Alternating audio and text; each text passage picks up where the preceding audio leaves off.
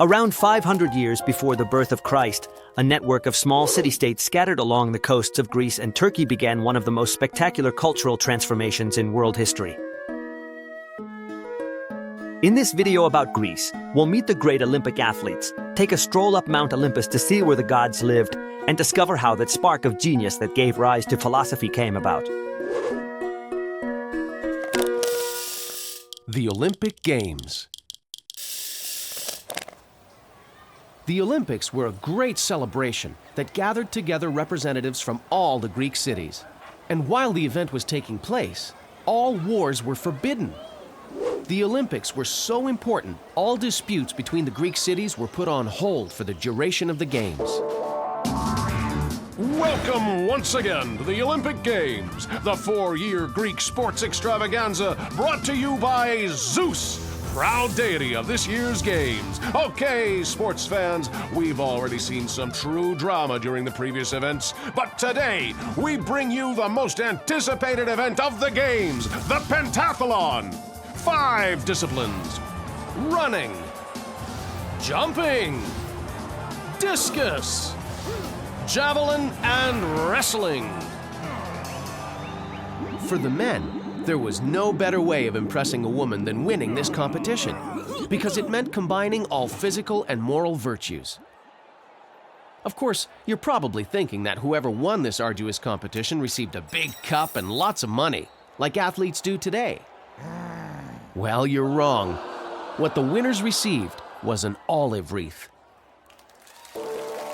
That's okay, sports fans. Ancient Greeks aren't in it for the money, they're in it for the glory. And nothing says glory better than the olive wreath. The olive wreath has been brought to you today by the gods of Olympus, proud sponsors of this and every Olympic Games. The gods on Olympus. The Greeks had gods and goddesses for almost all aspects of life. War. We're gonna defeat everybody. Love. I love it when you write those poems. Family. I'll wait for you for dinner, darling. And wisdom, amongst others. But there was one god who ruled over all others, and that was Zeus. There were 12 main Greek gods, and they all lived together in a huge palace on top of Mount Olympus. A mountain so tall and so steep, no mortal could climb it. The palace on Olympus had all the luxuries you could imagine, with many rooms: a zoo for sacred animals, a weapons room, kitchens, and dining rooms. And the most important place was a big living room where all the gods gathered to debate human problems. For example, whom should we reward today? Or even better, whom should we punish? The Greek gods were very similar to humans. They felt hate and envy. They felt pain in wars and combats. And above all, they fell in love with each other, bringing many children into the world, who also became gods or demigods. But there were other qualities that made gods very different from humans. The gods were immortal and possessed great powers. They also held the destiny of each human being on the earth in their hands. Which part of Greek culture would you like to visit if you had a time machine? Let us know in the comments. Philosophy. The Greeks loved to think big thoughts about the world that surrounded them. From math to love to nature, they asked questions about it all. That's how philosophy was born. Philosophy is a way of studying and figuring out the world by asking questions and using reason and logic to find answers. In ancient Greece, there lived many wise men who asked questions that had very difficult answers. For example, what is everything made of? I think the universe is made up of just 4 things: earth, water, air, and fire. Through the discussion of these things, the Greeks came up with ideas that science didn't prove until thousands of years later. I think all matter is made up of really tiny particles, so small you can't divide them. I'm going to call these atoms. The ancient Greek philosophers debated many things. And although their discussions sparked many arguments between people who thought one way and people who thought another, Their contributions hugely impact the way we see the world today. Their focus on trying to answer questions in a logical and proven manner was the basis for the scientific method, and thus the basis for how we approach nearly all science today. In this video, we've seen that sports competitions were an ideal setting to develop effort, self-control, and freedom. All of these are very important virtues for the Greeks. Also, their devotion to the gods, to whom they dedicated all their achievements. And finally, the rise of philosophy, which sought to explain everything without magical or religious beliefs. We want to know, which one did you like the most? Was it the art, the heroes, or Greek philosophy? Let us know in the comments. Alexander the Great. There was a man in Greece who, from a very young age, had the biggest dreams that anyone could imagine.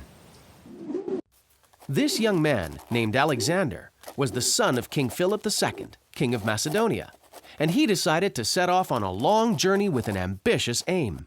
I want to become the greatest conqueror ever and rule the world. Alexander's journey began in Macedonia in the year 334 BC. When he was 20 years old, the young warrior formed an army and trained it in tactics that were new for the time. With this army, he achieved incredible feats.